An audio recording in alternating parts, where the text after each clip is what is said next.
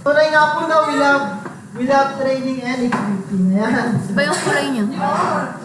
Ano yung natin yung sabihin? Training is mine. Happy hour. Kasi kahit pagod ka na, kahit gusto mo na matulog, training is my happy hour. Ayan po. May kilala akong ginagawa at tulungan yung training. Joke lang. May picture ko sa akin. Mamaya pakita ko sa inyo. Joke lang. Hindi po, ayan. Pag-usapan po natin yung effective leadership. Katulad nga sabi kanina ni Geraldine from Romans 10:17. Sabi doon, faith comes from hearing and hearing the word of Christ. Ayan, bago po ang lahat, pag-usapan natin ang faith. Sabi nga, sa Romans 10:17, faith comes from hearing and hearing the word of Christ. Ayan. Bago po ang lahat, ayan, okay na po yan. Bago po ang lahat, ayan, sige, mamaya meron po tayong panonoorin na video. Ayan. Ito ba yan? Pag-usapan natin yung faith and patience. Pagkasama po ang faith and patience. Ayun po, katulad po nila, transaction po muna tayo, katulad po nila Abraham. Diba ni Abraham, siyempre si Abraham, ano tawag na? Ano tawag kay Abraham? Ano po? Father Abraham. Father of many nations. At many sons. Katulad po ni Abraham. Diba, pero ilang taon na po siya nagkaanak, si Abraham? 100. 100, ilang taon po si Sarah? 90. 90 po si Sarah. Pero paano naman si Ate Zola? Yan. Gusto niya maging Sarah. Bible reading yan, ha? Bible reading yan too. And po, Abraham is known as the father of faith because he learned to wait patiently on God. Kasi bakit? Pero yung mga sobrang tanda na niya, nagkaanak pa siya, no? Yung iba siguro. Tapos nung binigay pa sa kanya 10 years pa niya. Yung iba siguro kumuha na ng surrogate. Ano? Pagkataka na lang sa iba.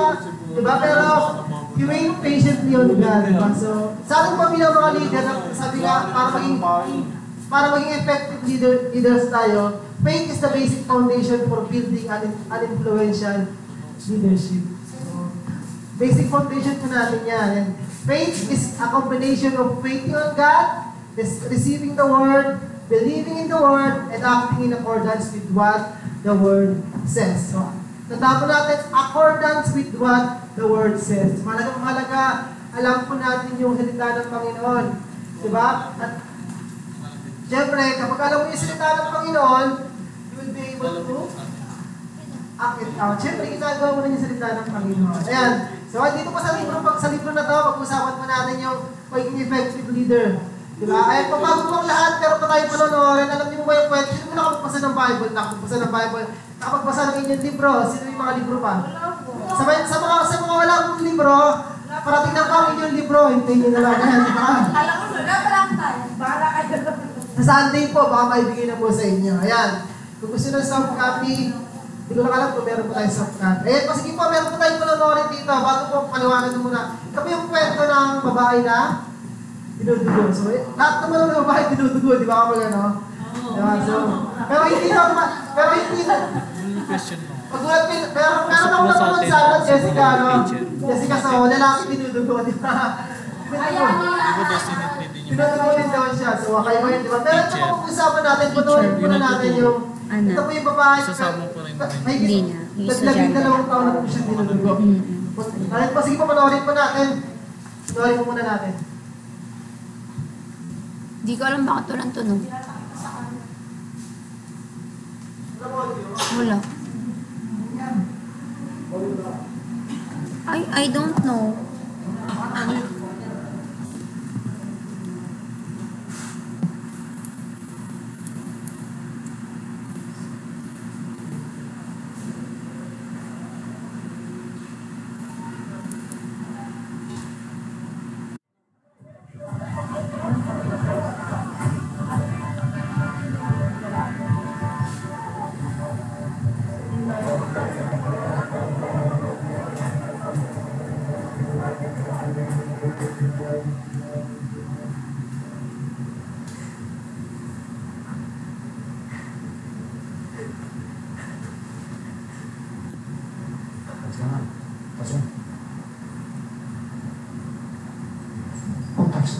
Everybody back.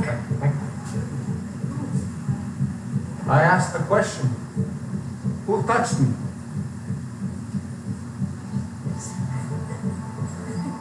Master, the crowds are pressing in all around you like this, and you're asking who touched you? They all have. Someone touched me. I felt the power without it.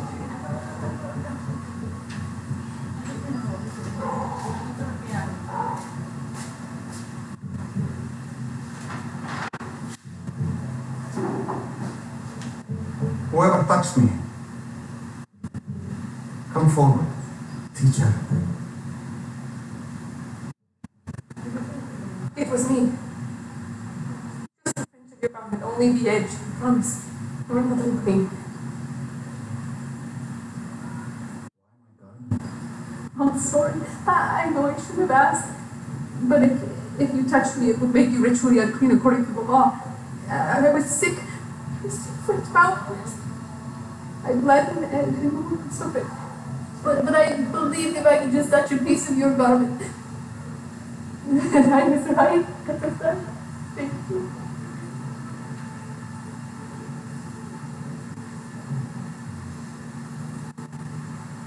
Who told you I could heal? A man from the pool. And he was right. My blood is ceased.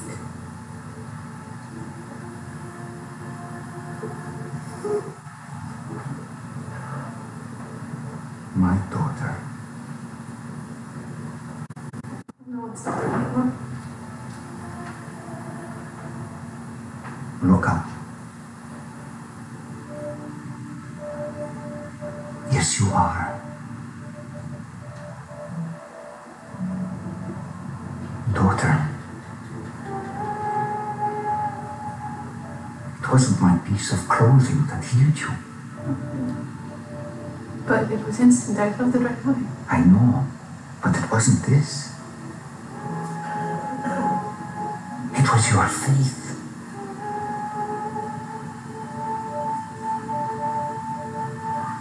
Teacher, she was bleeding so long. We can take her. She is clean.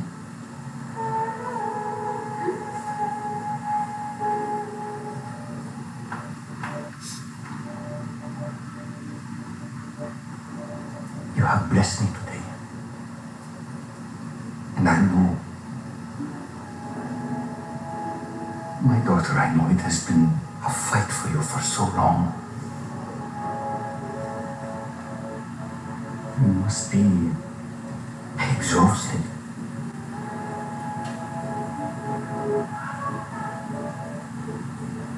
Go now in peace. Your faith has made you well. I wish I could stay here longer, but I have business to attend to. Someone else has faith like yours.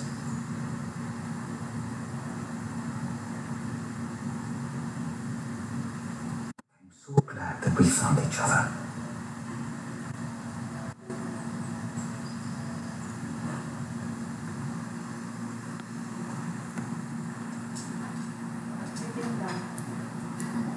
Ayan po. Ayan yung kwento po dun sa Mark 5:25 to 34. Basahin ko po para po mas sa English na lang po basahin ko.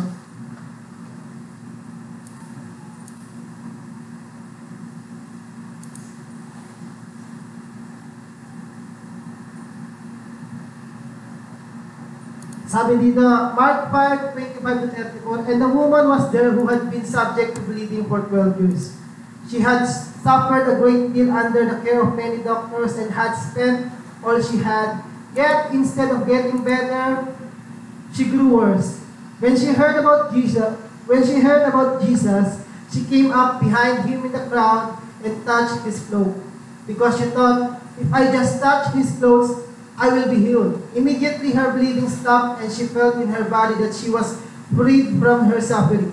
At once, Jesus realized that power had gone out from him. He turned around in the crowd and asked, "Who touched my clothes? You see the people crowding against you." His disciples answered, "And yet you can ask, who touched me?" But Jesus kept looking around to see who had done it. Then the woman, knowing what had happened to her, came and fell at his feet, and trembling with fear, told him the whole truth. He said to her, "Daughter, your faith has healed you. Go in peace and be freed from your suffering. Pray ko muna tayo. Lord, maraming salamat sa gabi ito. Maraming salamat, Panginoon, sa opportunity naman na may turong yung salita. Holy Spirit, samahan mo ako.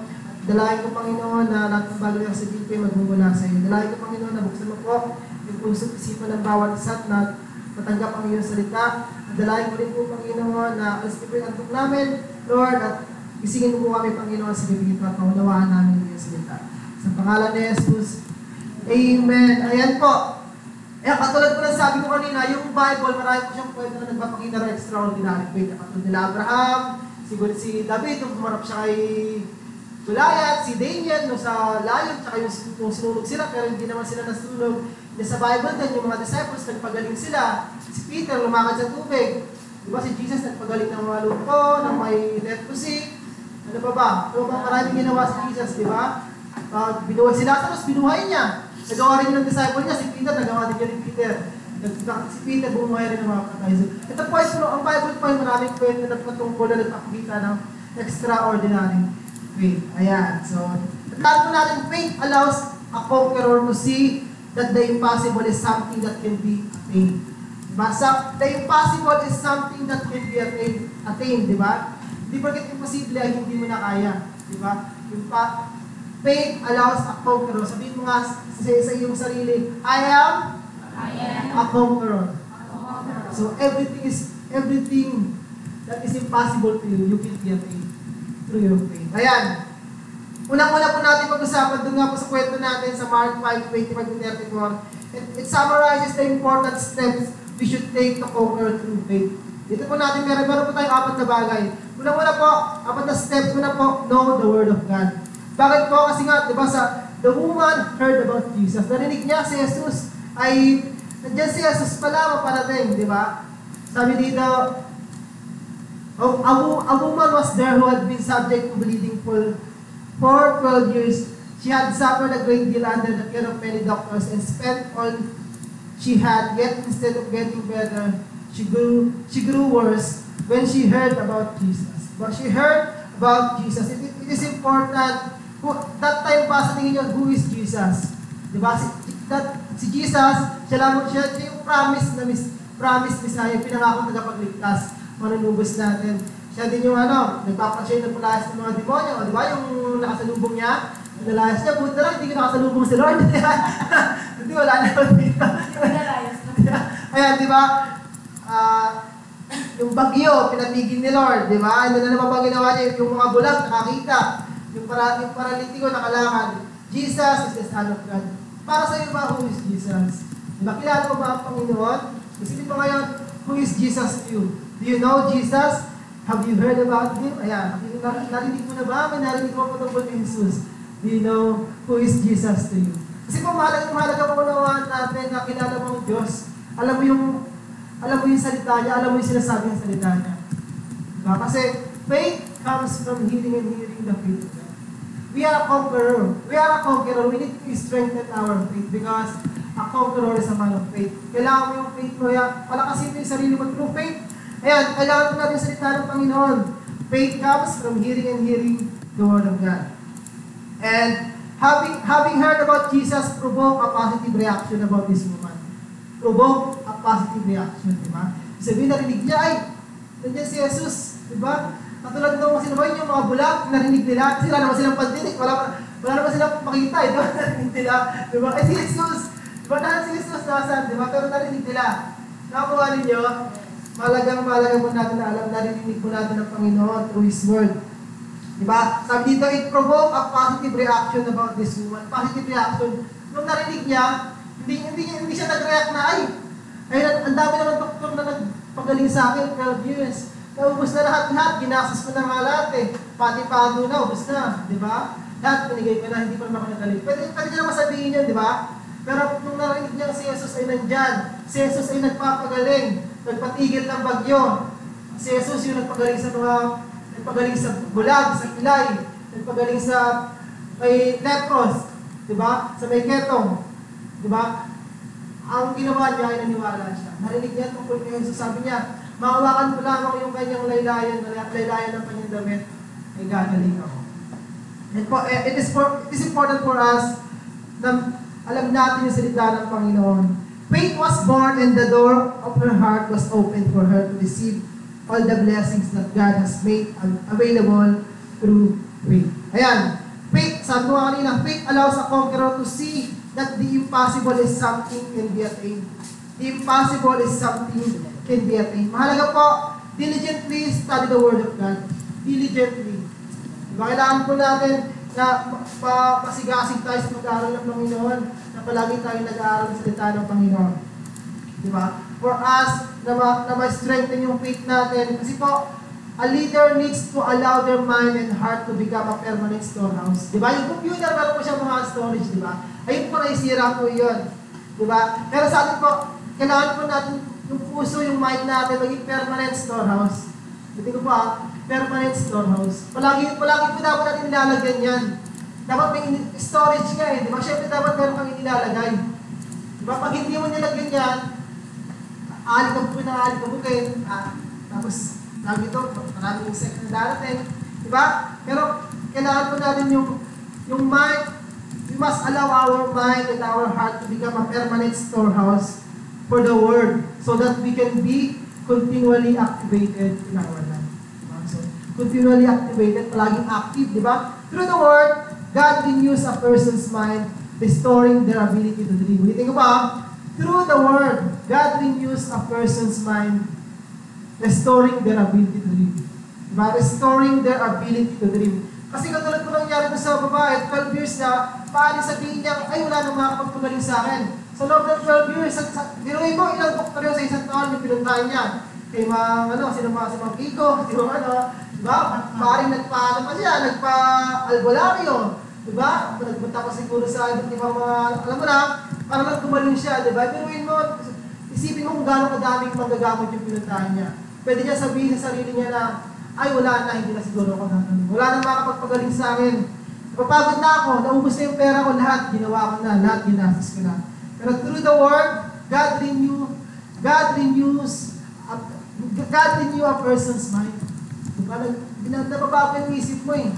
Nagkakaroon ng refreshment. Diba? Minsan iniisip mo, Lord, parang imposible na ito eh. Hindi ko na ito kaya.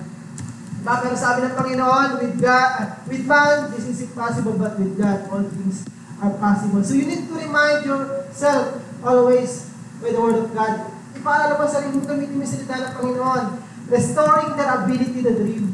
Ayan, di ba? Kailangan mahalaga po na as a leader, we have a dream. Ayan, di ba? May pangarap ka. Malaking pangarap. Ito po, kasunod po niya, pangalawa, visualize the miracle. Visualize. Ibig sabihin ng visualize, di ba? Ibig sabihin ng visualize, meron kayo pinipita sa isip mo, nakikita mo, yung mga architect, yung mga engineer, di ba? Kapag mga architect, kapag gumawa na ay mga engineer, kapag meron ng structure, di ba? Ay, napapasok yung architect, hindi kayo, yung mga interior designer, di ba? Tama, Pastor Josh? Baliktad ba? Anong papasok? Architect muna, tapos architect, engineer, di ba? Ito yung gagawin namin. Sorry pala, di kasi ako architect, kaya lang ako eh. Mekaniko eh. Ayan, di ba? Architect na muna, sabi ni Pastor Josh ba? Ayan. Siyempre, di ba, binivisualize nila kung ano yung dapat gawin, ano yung ilagay dito, di ba? Ayan. Nagpipinta ng imahe sa isip nila. Diba? So, mahalaga po sa atin, as a leader, visualize the miracle. Ayan. What does visualizing the miracle mean? Diba? It means painting a clear. Ayan. Painting a clear. Hindi ko malabo ha. Hindi ko blurred. Painting a clear, detailed picture in our minds of what we want God to do. So, and po, sabi niya, painting a clear, detailed picture in our minds of what we want God to do for us based on His word. So, what do you want God? What do you want God to do for you? Diba? Ano may gusto mong gawin nung nangyari maranasang miracle sa iyo sa buhay mo? Sa mga disciples mo, sa ministry, sa family mo, may isipin mo, ano yung pagpinta ka sa isip mo na gusto mong gawin ng Panginoon? Hindi mo gustong gawin ha, magkaiba po yun. Gusto mong gawin ng Lord. Lord, ano ba yung gusto mong gawin?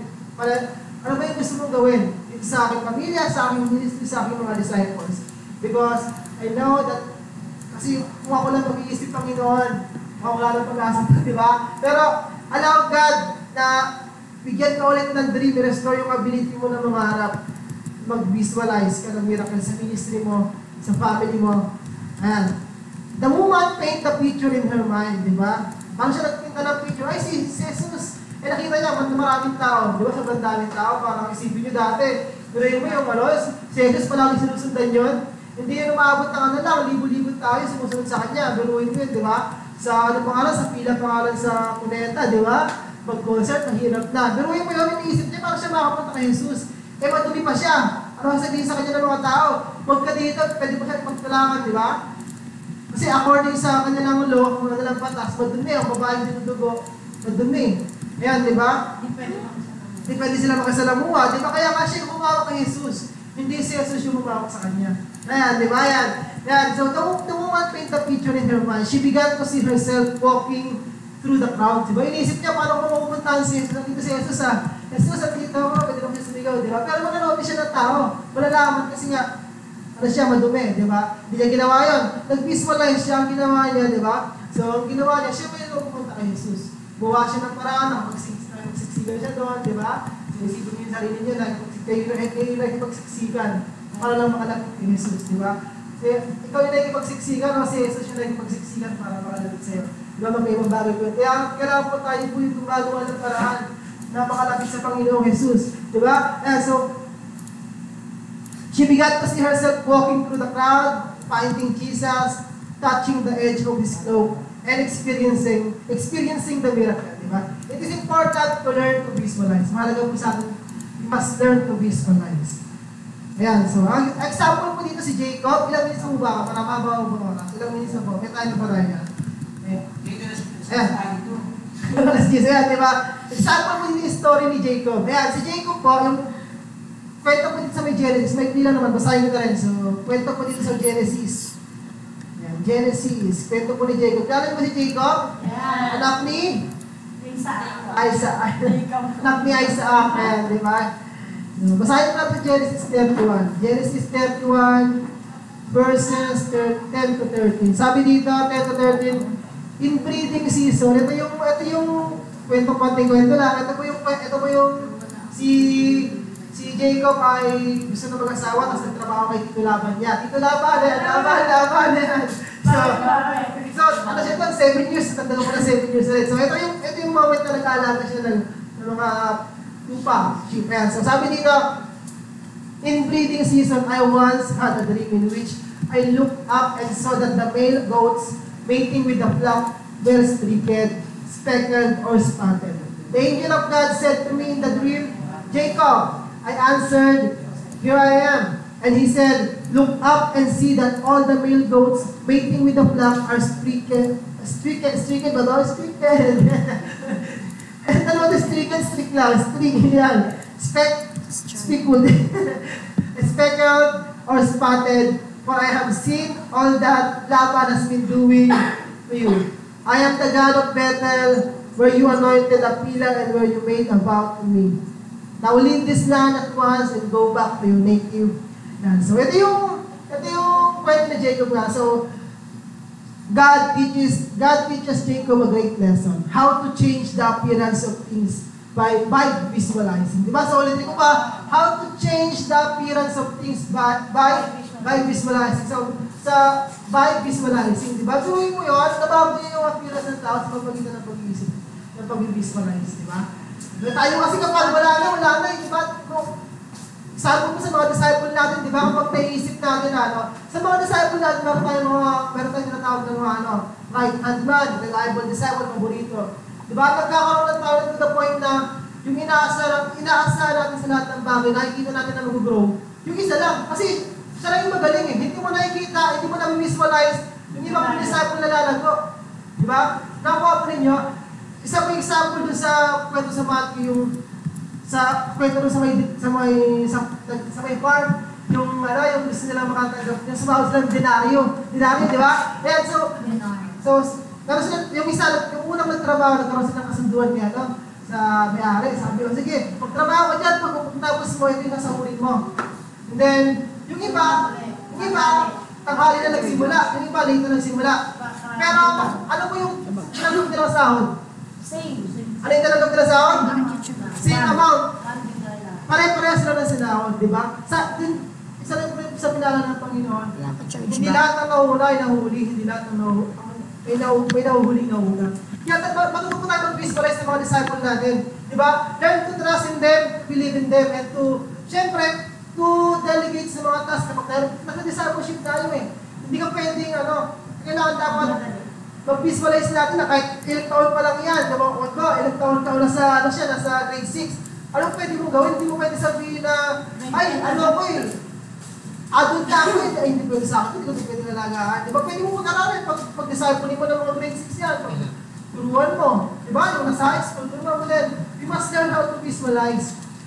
Visualize yung ministry mo, yung mga disciple mo. Dapat nakikita mo yun. Sa katulad na ginawa ni Jacob. Di ba? How to change the appearance of things by visualizing. Di ba? So, kasi nga po, Jacob saw the male sheep with the flock. Kasi nga, yung male sheep, di ba? Yung, alam naman natin yung kulay nila. Anong kulay nila? Kulay white. Pero nakita niya po naman, yung sabi doon, speckled and spotted. He was able to visualize them as speckled and spotted. Diba? So, ito po maganda. He changed the nature of the animals as he visualized the miracle happen. Ulitin ko He changed the nature of animals. Hindi po animals yung mga disciple natin pero hindi po yan He changed the nature of the animals as he visualized the miracle happen. Visualize mo yun, isipin mo ngayon. Visualize mo yung mga disciple mo. Isipin mo yung disciple mo ngayon. Baka akala mo, isa lang yung pwede lumago. Di ba? Visualize mo, isa lang yung siya lang yung masipag, siya lang yung system. Visualize. Hindi siya lang yung maasahan. So, i-visualize mo lahat sila na malago. Diba? Paint a picture, paint a clear, detailed picture in your mind. Diba? So, ano yung mga dapat mong gawin para sa kanila? Diba? Yan. Visualizing your ministry, visualizing the growth of the disciples. Diba? And pangalawa po yun, visualize and learn how to visualize the miracle. Ayan. Pangatlo po, confess the miracles. Pero ka nang know the Word of God, na-visualize mo na yung miracle. Siyempre, confess the miracle. Mahilig tayo sa mga secret, di ba? Ay, sa akin na lang muna yung di ba?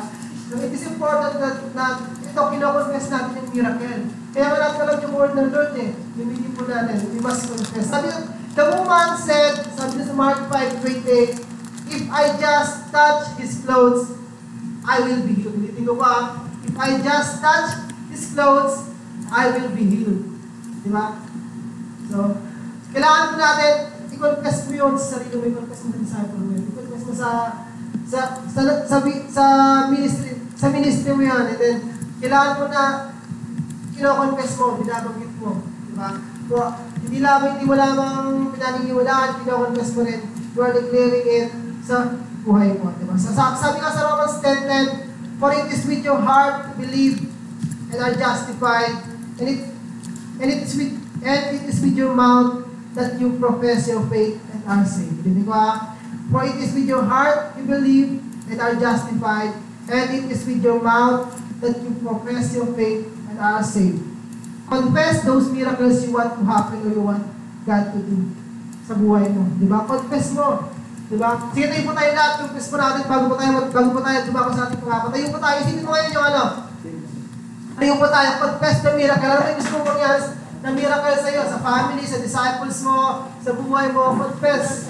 Visualize. Confess. Diba? Ang goal natin to make every believer a leader of leaders. I-declare mo ngayon, Lord, yung mga disciples ko, sila magiging leader din yan, Panginoon. It may be impossible to me, Panginoon, but nothing is impossible to you, Lord. Kapag nandun yung presensya mo, kasama ka namin, Panginoon. So, sige po, declare niyo po. Let us start. Lord, help us, Panginoon, to visualize. We're declaring, Panginoon, sa aming ministry, Lord, sa aming disciple, sa aming pamilya, Lord God, sa aming personal life, sa aming karir, Panginoon. I pray, Panginoon, that you will give us, Panginoon, a clear, Panginoon, detailed picture, Panginoon, sa aming ministry, Panginoon. And ang goal namin to make every believer a leader of leaders. Help us, Panginoon, to see, Panginoon, yung potential ng aming mga disciples, Panginoon. Teach us, Panginoon, guide us, Panginoon, to mold them, Panginoon, to lead them, to guide them, Panginoon. And I believe, Panginoon, Panginoon, yung uunahin mo, Panginoon, na mold, Panginoon, ma-release yung potential namin sa ministry, Lord. Maraming salamat po, Panginoon, because you have a great plan, Panginoon, sa bawat isa. Maraming salamat po. Kaya yung victory, Panginoon, ng praise sa pangalan ni Jesus. Amen and amen po. So, ay po, sige po, puna po tayo. Malaga po yan na nag-confess tayo ng miracle. Diba? So dati, huwag po tayo mahiya mag-confess ng miracle. Diba? So, ayun po, una, know the word of God, visualize the miracle, confess the miracle, and pangapat po, perseverance. Diba? Perseverance. Mag-persevere ka. Si Jacob nga, 7 years siya nag-kiss dun eh. Dinadayaw ko siya ng titulawan niya. Ginupilawan siya. May nalaman sinabi ng Lord sa kanya. Diba? Learn to persevere. Perseverance, di ba? When a person has been able to believe, visualize, and confess the word, they must begin to act in faith. We must begin, sabi mo nga, begin. To act in faith. So, we must begin to act in faith. Kasi po, sabi nga, totoo naman po talaga na faith comes from hearing and hearing the word of God. But faith without action is dead. Aanin yung mga bagay na pinaginiwalaan mo kung hindi mo naman nilalakaran. Hindi mo naman ginagawa. Yes, Lord! Pero hindi mo naman ginagawa. Diba? O di kaya, konting lang. Diba? May pagsuka nangyari. Nakalimutan mo namin mag-persevere. Sumuko ka na agad. That, we must learn to persevere. Diba? So, no longer looking at the obstacles and setbacks. Ayan. No longer looking at the obstacles and setbacks they may face along the way. Hindi mo na iniisip na kung gano'ng hirap. Diba? Kung ano yung mga kakarapin mo. Diba? Pero, ang gagawin mo na lang yung keyword na perseverance. Bakit ano yun sa'yo? Kahit na anong mangyari, Panginoon, sabi nga sa Acts, share ko lang. Sabi na anong verse sa Acts 2:4. Verify ko lang kung tama ako. Acts 2:4, diba? Tama ako. Check ko lang po yung notes ko. Ayan. Sabi ko, Acts 4:12. Tama, ayan. Check ko lang ulit. Ayan, Acts 5 pala. Acts 5. Alam ko tapos na po tayo, huwag mag-alala. Sabihin sa Acts 5. Acts 5:38. 38, ano yata ito? BOC. Sabi dito, for if their purpose or activity is of human, it will fail. But if it is from God, you will not be able to stop these men.